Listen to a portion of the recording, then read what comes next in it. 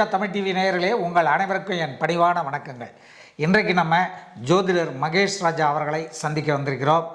அவர்கள் தொடர்ந்து நம்முடைய ரோஜா தமிழ் டிவியில் பலவித ஜோதிட கணிப்புகளை வழங்கி வருகிறார்கள். இன்றைக்கு என்ன மாதிரியான ஜோதிட கணிப்பை நமக்கு வழங்க இருக்கிறார்கள் என்பதை பற்றி பார்ப்போம் வாங்க. சார் வணக்கம். சார் வணக்கம் சார்.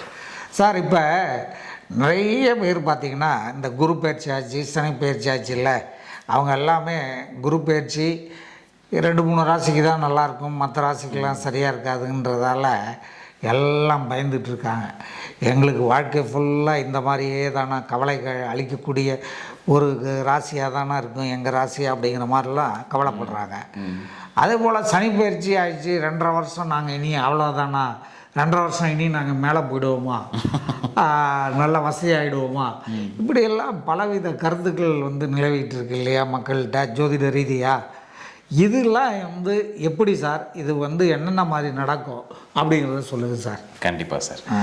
நமக்கு இப்போ சார் சொன்ன மாதிரி இப்போ குரு பயிற்சி இப்போ ரீசெண்டாக நடந்திருக்கு. இந்த 3 கிரக பயிற்சிங்க ரொம்ப முக்கியங்க. ஒன்று குரு பயிற்சி, வருடகிரகங்களான குரு, இன்னொன்று சனி, இன்னொன்று ராகு கேது. இவங்களோட பயிற்சிகளை தான் நம்ம ரொம்ப முக்கியமாக விட்டு கவனிப்போம். மற்ற கிரகங்களும் பயிற்சி ஆகிட்டு தான் இருக்குது. மாதம் சூரியன் ஒரு ராசி கட்டத்துலேருந்து இன்னொரு ராசிக்கு போகிறாரு. மற்ற கிரகங்களும் பயிற்சி ஆகிட்டு தான் இருக்குது. ஆனால் இந்த 3 கிரகங்களை பற்றி தான் நம்ம அதிகப்படியான பேச்சு அமையும். ஏன்னா இதில் குருங்கிறவர் எல்லாருக்கும் பொதுவான கருத்து, குரு வந்துட்டார்னா, குரு பார்வை வந்துருச்சுன்னா நமக்கு லைஃப்பில் தீராத பிரச்சனைக்கு ஒரு தீர்வு கிடச்சிருங்கிற ஒரு நம்பிக்கை. அதே போல் சனி கோச்சாரத்தில் நமக்கு 7.5 சனியாகவோ இல்லை அஷ்டம சனியாகவோ ஏதோ ஒரு அர்த்தாஷ்டம சனியாகவோ ஏதோ ஒரு வகையில் நமக்கு சனியோட பாதிப்பு இருக்குமோ அப்படின்னு அவரை பார்த்தும் நம்ம பயந்துக்குருவோம். அதே மாதிரி தான் ராகு கேதுக்களும். இவங்க பாம்பு கிரகங்கள் அவங்களோட பயிற்சியை ரொம்ப உற்று கவனிப்போம். ஏன்னா அவங்களால ஏதாவது தீமை விஷயங்கள் நடந்துருமா, இந்த கோச்சாரத்தினால நமக்கு பெரிய பாதிப்பு இருக்குமா, இதை பற்றி ஒரு சின்ன விளக்கம் கொடுக்கலான்னு இன்றைக்கி இருக்கிறேங்க. அதாவது இப்போ நம்ம முதல்ல ராகு கேதுக்களே எடுத்துக்கிறோம். பொதுவாகவே ராகு கேதுக்கள், அதாவது பாம்பு கிரகங்கள்னு சொல்லக்கூடிய ராகு கேதுக்கள் சாயகிரகங்கள். இவங்க கோச்சாரத்தில் 1.5 வருஷத்துக்கு ஒரு முறை, 18 மாதத்துக்கு ஒரு முறை இவங்களோட பயிற்சிகள் இருந்துக்கிட்டே இருக்கும். ஒரு ராசி கட்டத்துலேருந்து இன்னொரு ராசி கட்டத்துக்கு பயிற்சி ஆகிட்டே இருப்பாங்க. இப்போ கூட பார்த்தீங்கன்னா மீனத்தில் ராகுவும், கன்னின்ற இடத்துல கன்னி ராசியில் கேதுவும் பயணிச்சிட்ருக்காப்புல. அப்போது இவங்களோட மூமெண்ட்டு பொதுவாகவே என்ன செய்யும், உள்ளே வந்த உடனே என்ன பண்ணும் அப்படின்னா, இப்போ நான் சொல்கிற ரூல் ரொம்ப ஒரு கோல்டன் ரூலாக இருக்குங்க எல்லாருக்குமே. ஒரு ராகு கேது பயிற்சியாகி ஒரு ராசி கட்டத்துக்குள்ளே வந்துருச்சு அப்படின்னாலே உடனே அந்த இடத்துல நமக்கு பாதிப்பு வந்துடும்ன்றது அர்த்தம் கிடையாதுங்க. நம்மளோட பிறப்பு ஜாதகத்தில், நம்மளோட நேட்டல் சார்ட் பிறப்பு ஜாதகத்தில் அந்த குறிப்பிட்ட ராசி கட்டத்தில் ஏதாவது கிரகங்கள் முதல்ல அமையப்பட்டிருக்கான்றதை முதல்ல நம்ம பார்த்துக்கணும்.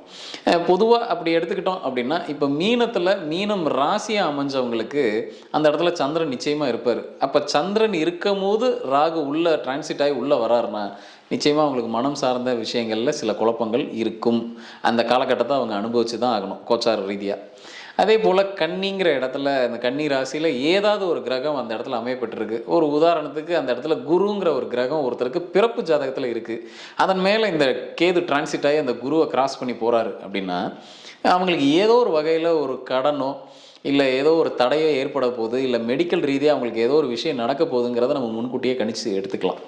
அப்போ இந்த ராகு கேதுக்கள் உள்ளே வரும்போது இப்போ அந்த இடத்துல எந்த கிரகமும் இல்லை சார். அதாவது மீன ராசிலையும் சரி இல்லை கன்னி ராசிலையும் எந்த கிரகமும் இல்லை. அந்த இடம் அந்த அந்த அந்த 2 வீடும் சுத்தமாக இருக்குது. அந்த இடத்துல எந்த கிரகமும் எனக்கு பிறப்பு ஜாதகத்தில் இல்லை அப்படின்னா இந்த ராகு கேதுக்கள் ஒன்றும் பண்ணுறது இல்லைங்க. அந்த மாதிரியான ஜாதகங்கள்லாம் அந்த இடம் அது அப்படியே அமைதியாக இருக்கும். ஒரு வீட்டுக்குள்ளே வருது, அந்த இடத்துல யாராவது இருந்தால் தானே அவங்களோட உட்காந்து பேசிகிட்டு இருக்க போகிறோம். அந்த வீட்டுக்குள்ளே யாருமே இல்லை நம்ம பார்த்துட்டு கிளம்பிட போகிறோம். அப்படி அந்த மாதிரி தான் ராகு கேதுக்களும். அப்போ இவங்களை பார்த்து ரொம்ப பயந்துக்க வேண்டிய வேலை கிடையாது நமக்கு. அதே போல் இவங்க வெறும் தீமை மட்டும்தான் செஞ்சுக்கிட்டே இருக்க போகிறாங்களா, வேறு ஏதாவது நன்மை செஞ்சிட போகிறது இல்லையா அப்படின்னு பார்த்தா இவங்களால சில நன்மையும் இருக்குது. குறிப்பாக ரொம்ப நாளாக எனக்கு நல்ல ஒரு மருந்து கிடைக்கல, மெடிக்கல் ரீதியாக எனக்கு நல்ல ஒரு ட்ரீட்மெண்ட் கிடைக்கல, நல்ல ஒரு மருத்துவமனை கிடைக்கல அப்படின்னா இந்த ராகு கேதுக்களோட பயன்பாடு ரொம்ப முக்கியங்க. ஒரு குரு மீது ராகு பயணிக்கும் போது தான் ஒருத்தருக்கு நல்ல ஒரு மருந்து கிடைக்கும், நல்ல ஒரு மருத்துவமனை கிடைக்கும். அவங்களுக்கு இந்த குழந்தை பிறப்பு சார்ந்து ஏதாவது அவங்க ட்ரீட்மெண்ட் எடுத்துகிட்டு இருக்காங்க அப்படின்னா அது ரொம்ப சக்ஸஸ்ஃபுல்லாக நோக்கி கொண்டு போவாங்க. அதனால் வெறும் இவங்க தீமை மட்டும்தான் செஞ்சுருவாங்களா கோச்சாரத்தில், அவங்க அப்போ உள்ளே வந்த உடனே நம்ம எல்லோரும் போயிட்டு நம்ம வீட்டுக்குள்ளே இருந்துக்க முடியாது இல்லையா. இதோட பாசிட்டிவ் என்ன அப்படிங்கிறதையும் நம்ம பார்த்துக்கணும். மேற்கொண்டு நம்ம மனதுக்கு நமக்கான தெய்வங்கள் நம்ம இருப்பாங்க, நம்ம அவங்கள நோக்கி பிரார்த்தனை பண்ணாலே இவங்கெல்லாம் யாரும் நம்மளை ஒன்றும் பண்ணுறதில்ல. அடுத்து மிகப்பெரிய ஒரு கிரகம் அப்படின்னு எடுத்துக்கிட்டோம்னா சனி. இவரை பார்த்து தான் எல்லாருக்கும் பயமே. 7.5 சனி வந்துருச்சு, இல்லை அர்த்தாஷ்டம சனி வந்துருச்சு, எனக்கு வந்து அப்படி நடந்துரும் இப்படி நடந்துரும்னு எல்லாரும் மக்கள் முதல்ல பயந்துக்கிறாங்க. அப்படி பயப்பட வேண்டிய அவசியம் இல்லைங்க. நல்லா உற்று கவனிச்சிங்க அப்படின்னா, உண்மையிலே ஒருத்தருக்கு 7.5 சனியில் வந்து பார்த்தோம் அப்படின்னா, அப்படியே அவர் வந்து அவரோட வாழ்க்கையே தலைகீழ புரட்டி போட்டு எல்லாருக்கும் அப்படி நடந்துருதா அப்படின்னு பார்த்தோம்னா நிச்சயமாக கிடையாது. 7.5 சனியில் எனக்கு தெரிய வர நிறைய, எனக்கு ப்ராக்டிக்கலாக தெரிய வர பார்த்தோம் அப்படின்னா, நிறைய பேர் அதில் முன்னேறி வந்திருக்காங்க. ஒருத்தருக்கு நல்ல தொழில் அமையணும் அப்படின்னா அவருக்கு 7.5 சனியில் தான் நல்ல தொழில் அமையும். திருமணம் ஆகாதவங்களுக்கு திருமணம் நடக்கும், குழந்தை கிடைக்கும். ஏன்னா கோச்சாரத்தில் சனியோட பங்கேற்பு ரொம்ப முக்கியங்க. இப்போ நான் சொல்கிற ஒரு சொல்ல போகிற ஒரு ரூலை நீங்கள் நிச்சயமாக பொருத்தி பாருங்கள். இது 100% பொருந்தி வருங்க. ஒரு கோச்சார சனியோட பார்வையில் மட்டும்தான், அவரோட பார்வை உங்களோட 7ஆம் அதிபதியவோ இல்லை 7ஆம் இடத்தையோ இல்லை உங்களோட கர்ணநாதனையோ என்னைக்கு பார்க்குறாரோ அன்றைக்கி தான் உங்களுக்கு திருமணம் நடந்திருக்கும்.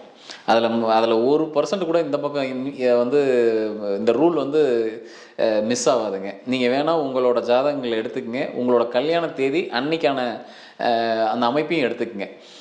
கோச்சார சனியோட ஏதாவது ஒரு பார்வை 3, 7, 10 பார்வை உங்களோட 7ஆம் அதிபதிக்கோ இல்லை 7ஆம் அதிபதியோட கிரகத்துக்கோ இல்லை உங்களோட கர்ணநாதன் மேலே என்னைக்கு படுதோ அன்றைக்கி தான் உங்களுக்கு திருமணம் நடந்திருக்கும். ஒன்றும் இல்லை, படிக்காத குழந்தை ஒன்று இருக்குது அப்படின்னு வச்சுக்கிறோமே. ஒரு குழந்தை ரொம்ப சுமாராக இருக்குது அதோட படிப்பில்.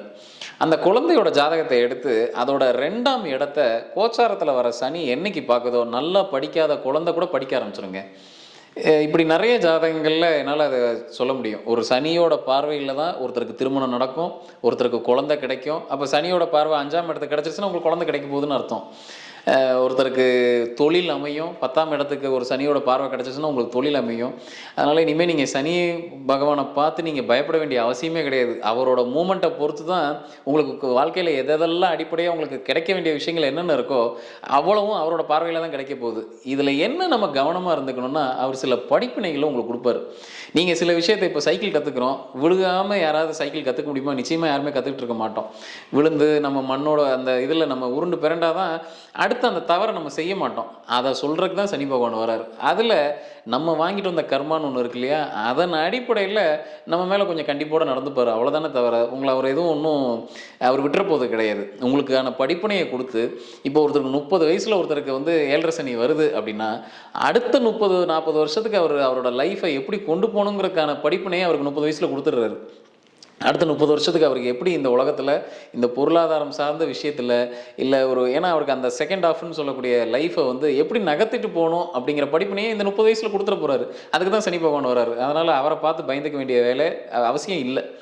அதே போல் குரு பகவான் வந்துட்டார் அப்படின்னா உடனே எல்லாருக்கும் நன்மை நடந்துடும் அப்படிங்கிறதும் அர்த்தம் கிடையாதுங்க.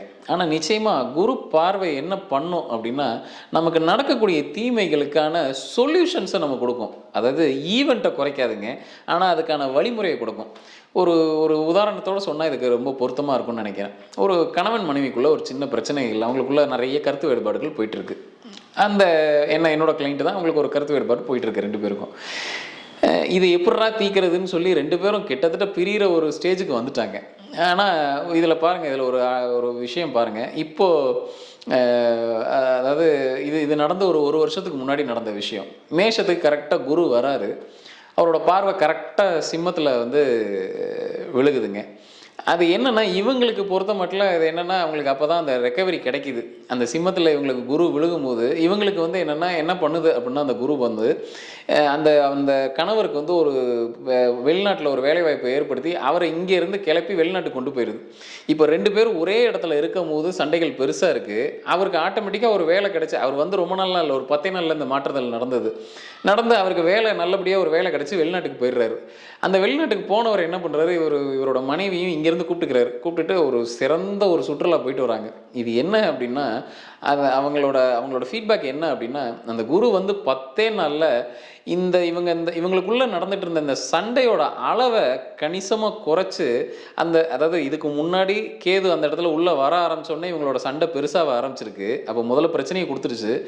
குரு பகவான் அந்த மேஷன்ற இடத்துக்கு வந்த உடனே ஆட்டோமேட்டிக்காக இந்த சண்டையை குறைக்கிறதுக்கு உண்டான வேலையும் பார்க்க ஆரம்பிச்சிருச்சு.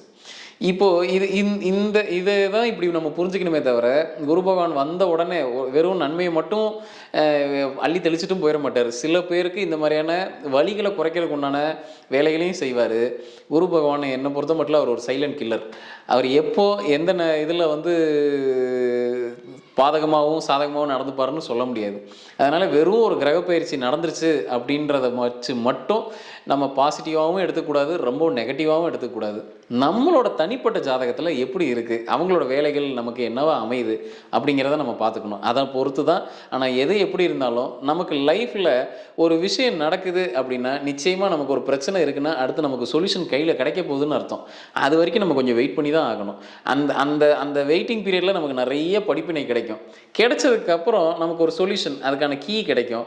அதுக்கப்புறம் அதிலிருந்து நம்ம வெற்றியை நோக்கி போக ஆரம்பிக்கணும். சரிங்க, இதெல்லாம் தாண்டி வெறும் இந்த காலகட்டத்தில் மட்டும்தான் ஒருத்தருக்கு நல்லது கெட்டது நடக்குதா? அப்போ மற்ற ஜாதகம் எதுக்கு, மற்ற தசாபுத்தின்னு இத்தனை ஒரு 120 வருஷத்துக்கு நம்மளோட தசாபுத்தி பிரிச்சிருக்கிறாங்களே, அப்போ அது எதுக்கு? அதில் கஷ்ட காலங்கிறதெல்லாம் இருக்குது, கடினமான நேரமும் இருக்குது, நல்ல காலகட்டமும் இருக்குது. அப்போ அதெல்லாம் ஒரு மனுஷனை வந்து வழி நடத்தலையா? வெறும் இந்த 7.5 சனியும் இந்த குரு பயிற்சி, வருஷம் வரக்கூடிய குரு பயிற்சி, இவங்க தான் வழி நடத்திட்டு இருக்காங்களா அப்படின்னு பார்த்தா ரொம்ப உற்று கவனித்தோம் அப்படின்னா நிச்சயமாக கிடையாது. 7.5 சனி நடந்துட்டு இருக்கிறவங்களுக்கும் சில இடர்பாடுகள் இருக்கும், 7.5 சனி நடக்காதவங்களுக்கும் சில குறைகள் இருந்துக்கிட்டு தான் இருக்கும் லைஃப்பில். இப்போ நம்மளும் இப்போ வாழ்க்கையில் ஒரு 50 வருஷம் வாழ்ந்தவங்கள இல்லை ஒரு 60 வருஷம் வாழ்ந்தவங்களை கூப்பிட்டு கேட்டிங்கன்னா வெறும் 7.5 சனி பீரியடில் மட்டும்தான் அவங்களுக்கு பிரச்சனைகள் இருந்திருக்குமான்னு கேட்டால் நிச்சயமாக கிடையாது. அவங்களுக்கும் நிறைய சின்ன சின்ன ஒரு லைஃப்பில் ஒரு 5 ஈவெண்ட் 6 ஈவெண்ட்டு மனசுலேருந்து மறக்கவே முடியாத அளவுக்கு அவங்க லைஃப்பில் நடந்திருக்கும். அதெல்லாம் வெறும் 7.5 சனியில் மட்டும்தான் நடந்திருக்குமானா நிச்சயமாக கிடையாது. அப்போ இதை தாண்டி ஏதோ ஒரு விஷயம் இதுக்கு பின்னாடி ஒன்று இருக்குது இல்லையா? அது என்ன அப்படின்னா, ஒரு கிரகம், எந்த கிரகம் தசை நடத்துதோ, இதை ஒரு நல்ல ஒரு கோல்டன் ரூலாகவே எல்லாரும் வந்து இதை பயன்படுத்திக்கலாம். எந்த கிரகம் தசை நடத்துதோ அதுக்கு சில கிரகங்களுக்கு பின்னோக்கி முன்னோக்கி நடக்கிற தசா புத்தியில் தான் அதோட கடுமையான ஊழ்வினை கர்மாவை நம்ம அனுபவிக்க வைக்கும். இப்போ ஒரு உதாரணத்துக்கு சொல்லணும் அப்படின்னா, ஒருத்தருக்கு சந்திர தசை நடக்குதுன்னு வச்சுக்கிறோமே. அந்த சந்திர தசைங்கிறது 10 வருஷம். அவருக்கு வந்து அந்த சந்திரன் வந்து ஒரு ஃபேவரபுளான கிரகமும் கிடையாது, இல்லை ஃபேவரபுளான கிரகம்னே வச்சுக்கிறோமே அந்த ஜாதகருக்கு. அந்த 10 வருஷமும் அவருக்கு ரொம்ப கொட்டி கொடுத்துருமா அப்படின்னு கேட்டோம்னா கிடையாது. சரி, 10 வருஷமும் போட்டு பாடாப்படுத்திடுமா அப்படின்னு கேட்டாலும் அப்படியும் கிடையாது. ஏதாவது ஒரு குறிப்பிட்ட காலத்தில் மட்டும்தான் அந்த 10 வருஷத்துக்குள்ளே ஒரு வருஷமோ ஒரு 1.5 வருஷமோ தான் ஒரு கடினமான நேரமாக இருக்கும்.